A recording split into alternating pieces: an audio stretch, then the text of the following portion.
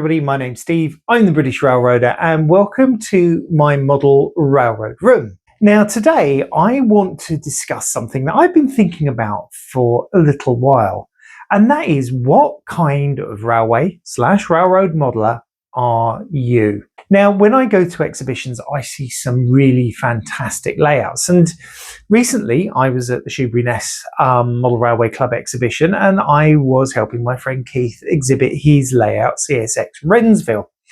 And it got me to thinking, because Keith is very into the detail and he does some beautiful scenics, and he was moaning about how his layout looked too clean and he wanted to make it dirtier and get it more nitty gritty. And I thought to myself that someone like Keith has got a very keen eye for detail. And is that the kind of modeler that he is? Is he the kind that gets right in with the scenery?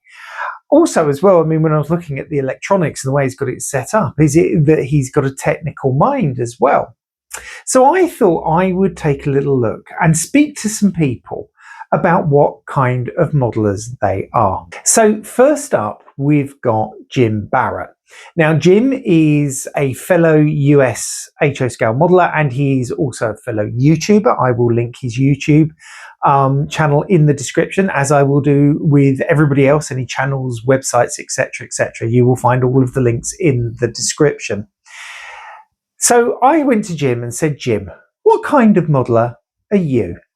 Steve very kindly asked me to contribute to this video with the simple question, what kind of modeler are you? This is not an easy question to answer. However, having put some thought into it, I would say I'm the kind of person who likes to model something unique and a bit different from what's normally seen in the magazines and on the exhibition circuit. And this was largely the reason I got into American HO scale modelling in the first place. For the last couple of years I've been mostly kit bashing models to suit my Morristown Leary prototype, but for 2025 my focus has been on weathering the stock for both the Morristown Leary and the paper mill layout. So at the moment I would say I'm a modifier, scratch builder and weatherer of locos and stock, with the aim of producing something unique and personal to me. So as we can see, Jim is a bit of a kit basher. He's more than just that. You may have noticed on the desk in front of him, he's building a hopper wagon. He's building that from scratch. I've seen some of the close-up photographs of it. It's really, really good. So for Jim, railway modelling, model railroading, whatever you want to call it, is all about putting things together and making stuff that's unusual. Okay. So let's now go to Tom Marshall. So Tom Marshall is the owner of Buggles Kelly Station. Wonderful kits. Go there, go and have a look and buy something, please do. So I contacted Tom and this is what he said. Hi Steve, Tom here at Buggles Kelly Station. What kind of modeler am I? When it comes down to railway modelling, I think I'm more of a collector than a modeler. For locos and rolling stock, I don't tend to weather anything. I buy things if I like them, if I can afford them, and they sit in a display cabinet until I want to run them, really. I don't stick to any kind of region or era or even country. I just buy it if I like it, so it can get quite expensive. And scale as well, I might go between different scales. I've got a few O gauge, N scale, and mostly double O as well, and some HO as well.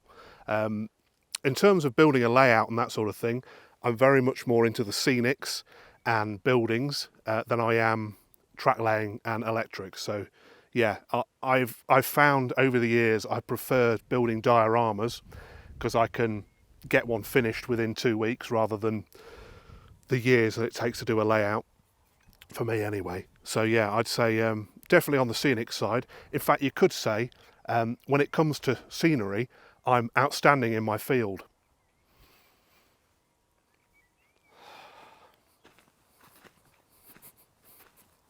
Thanks for that, Tom.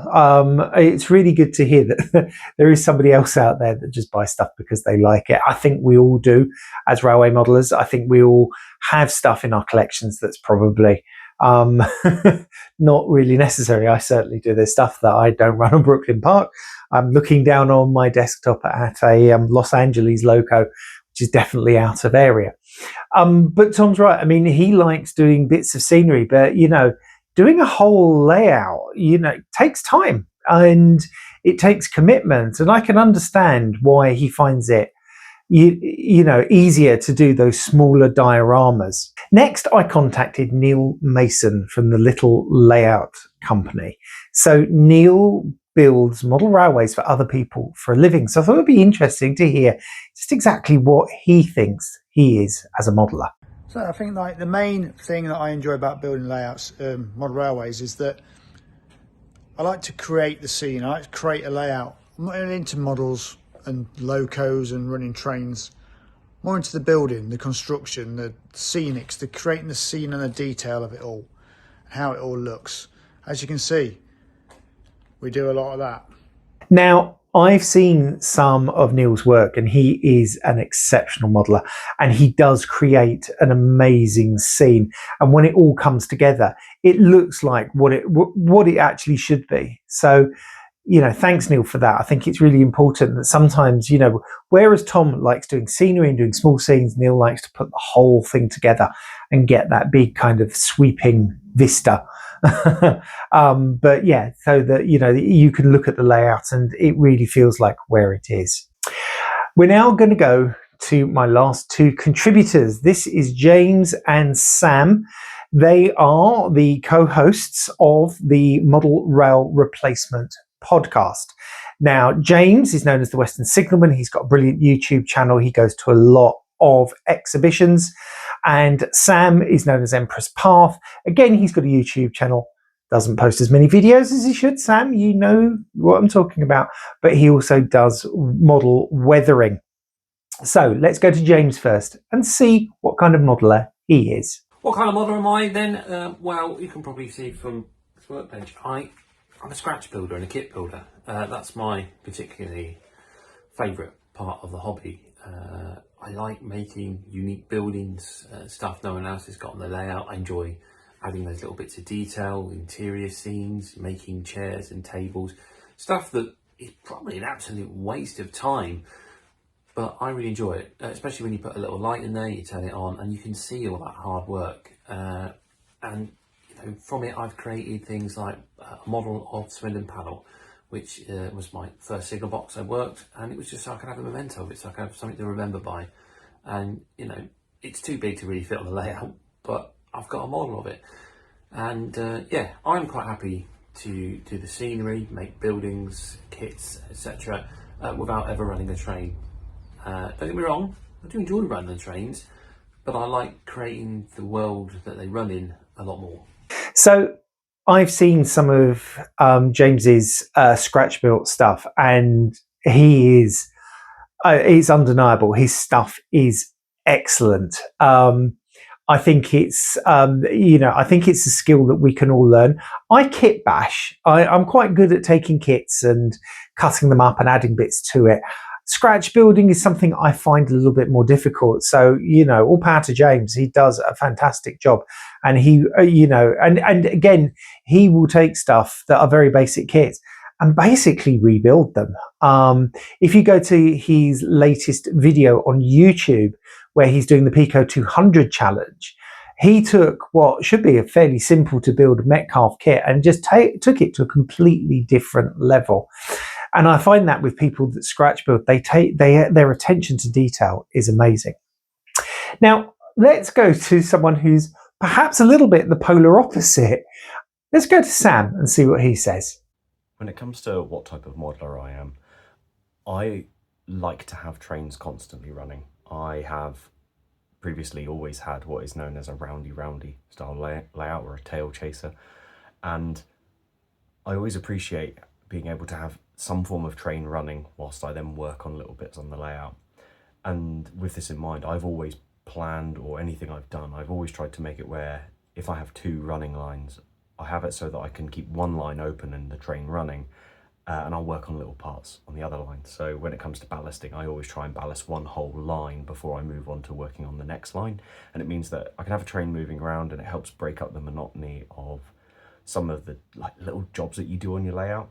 And I find it really interesting because it also helps me just sort of stop, take a step back, look at the train that's running around and go, and then every time it moves around, I can then work on a new part of the layout. So for me, I like to have something running around whilst doing little bits and little jobs on the layout. If I ever have to shut the layout down, that's when I sort of lose interest in the hobby. Thanks, Sam. I think that's really important for people to know that actually it is okay just to watch trains going around. Now, something I've got with Brooklyn Park is obviously it's an end-to-end layout, so I can't just leave a train to run around. Sometimes it's nice. I often think to myself, I really want to get just a circular track around the bottom of a Christmas tree, for example, just have the train chugging around gently. I find that quite relaxing. So I do understand where Sam comes from. I mean, on the flip side, I mean, Sam's a very, very good modeler. And I mean, I've seen him do his weathering and he is excellent. So just because he likes to see stuff going round and around with the layouts he's got and the little layout that he takes to exhibitions, I mean, there's a lot of detail on there. So just because you like one thing doesn't mean that that's the only thing that you do. Okay, so I suppose really I need to talk about what kind of modeler I am. And I've been thinking about this a lot in the build up to this video because I'm never quite sure. I know one thing that I am not very good at, and that's finishing things. So when you look here at Brooklyn Park, there is loads to do. Even though the track work's all done, the wiring is all done, and there's bits of scenery on there, there is a lot of stuff. There's probably only about 60% of the scenery completed. And my problem is I tend to run out of steam with that kind of thing. Maybe I should do what Tom does and do smaller, more diorama kind of based layouts that still operate but are much smaller in scale. A lot of people will tell me that you can't get much smaller than Brooklyn Park, but even this, it's kind of, I've had this problem before where I've built layouts and I've got the station all nice and whatever, but then when I get to having to do the little bit of town behind it, I find that quite difficult to do. I think though, the kind of modeler I am is I'm a bit like Tom, is I'm a little bit of a collector. But I'm also a detailer. And I think if you look back at some of my videos, when it comes to things like when I did Project 2790, I like to be able to get a loco and turn it into a reasonably true representation of the model that it's meant to be, of the actual loco that it's meant to be. And that for me is the kind of modeler that I am. It's getting that realism. And what I quite often do now is when I'm looking through eBay and I find locos, I then go to Railroad Picture Archive to try and look at that particular loco to see how close the model is to the real life locomotive. And that will let me know how much work that I need to do and whether or not the work that I'd need to do on it to get it accurate would actually be within my skill set. And I'm just going to give you a little example of this. And I mentioned this loco earlier. So this is a Atlas genset locomotive. And I've been after a genset for a while. And Atlas do two types. They call them the Genset 1 and the Genset 2. And this is a Genset 2. This is the one with dynamic brakes, etc. And the models that I've actually had a couple of these in the past in different color schemes. But the models that I've got, when I've then looked them up, there were things wrong with them. There were headlights in the wrong place. There were bits that were on the loco that weren't. There was one loco that should have been a Genset 2 like this, but it was actually a Genset 1. And so there's not a lot that I could have done to actually repair that. And one of the reasons I bought this particular loco is because when I looked it up, this Atlas have actually produced exactly the right loco for the prototype. You know, everything is pretty much, I think 99.9% exactly where it should be. So that's the reason why I've got a Los Angeles based Metro Ports locomotive, which I do have plans for, so don't worry about that. But that's what I like to do, is I like to make things as realistic as possible. And I think that's one of the reasons why I run out of steam with things like the scenery, because I've got this row of buildings. You may not be able to see them, but this row of buildings just here, which I've started on, and one of which is going to be a representation of a real life place in Brooklyn. But I've kind of stalled a little bit because of various reasons. And I find that happens to me. So I'm not a lazy modeler, but I'm a modeler that probably needs something smaller. Hence the reason why maybe if I ever get around to building an exhibition layout, it will be a very small kind of micro layout, because I know that I can get that finished. So this is the end of this video. Thank you so much for watching. Please let me know what kind of modeler you are. I think it's really interesting to find out. We all have different skills. I mean, I've been to exhibitions and seen huge layouts, and there was one guy just working on bits of track just to fix them whilst everything was going along. Somebody else is just into the electrics and knows how to wire everything up. When you get into big groups of people, you find that people with different skill sets contribute different things. And there are some people who are just experts on the trains, and whilst they're not very good at doing the actual detailing, they're your font of knowledge that you're able to go to and find out, actually, are you doing whatever you're doing to this locomotive? Is it correct? Of course, I always forget to record something, and this is the most important part. I want to say a really big thank you to Jim, Tom, Neil, James and Sam for contributing to this video. Guys, I know that obviously I forgot to do the thank you bit, and this is an afterthought, and I remembered this whilst I was editing, but without you guys this video wouldn't have been possible. So thank you so much for all of the time that you've given. Okay, I'd like to thank you once again for watching this video. If you've enjoyed it, please give it a thumbs up. If you haven't done so already, please feel free to subscribe to the channel. It's absolutely free, and it does me a favor because it gets my numbers up with YouTube. Once you subscribe, a little bell is going to come up. Click it, press all, and you will be notified of my videos as they come out. If you have any comments or questions, you can either post them below, or you can email me direct on this email address that's coming across the screen right now. I'm also available on all of these social media sites, so go on there, find me, follow, like, friend request, all of that kind of thing, and you can message me through those as well. Now, in a moment, YouTube is, I think, down here going to suggest a video for you to watch. I've let it do it randomly based on your choices. If you haven't done so already, go and take a look at it. If you've seen that one, you can always nip over to the channel, have a little look, and I'm pretty sure you'll find something that you will like. But that's it for me for today. Once again, thank you for watching. My name's Steve. I'm the British Railroader, and I'm saying goodbye from my model railroad room. Bye-bye.